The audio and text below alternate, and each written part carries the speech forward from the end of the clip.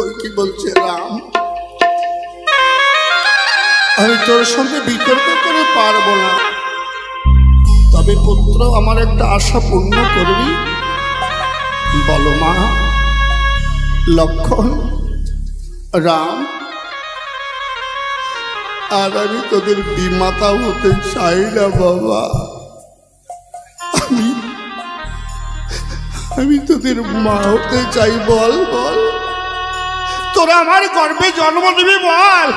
আমি আর তোদের বিমাতা হতে চাই না, আমি তোদের মা হতে চাই। রাম লক্ষণ বলল, তথাস্তু। ঠিক সেই সময় লক্ষণের মা সুমিত্রা রাম লক্ষণ এসেছে শুনেছে না, দৌড়াতে দৌড়াতে কইকি দরজায় এসে উপস্থিত হয়েছে। রাম লক্ষণ কথা দিল,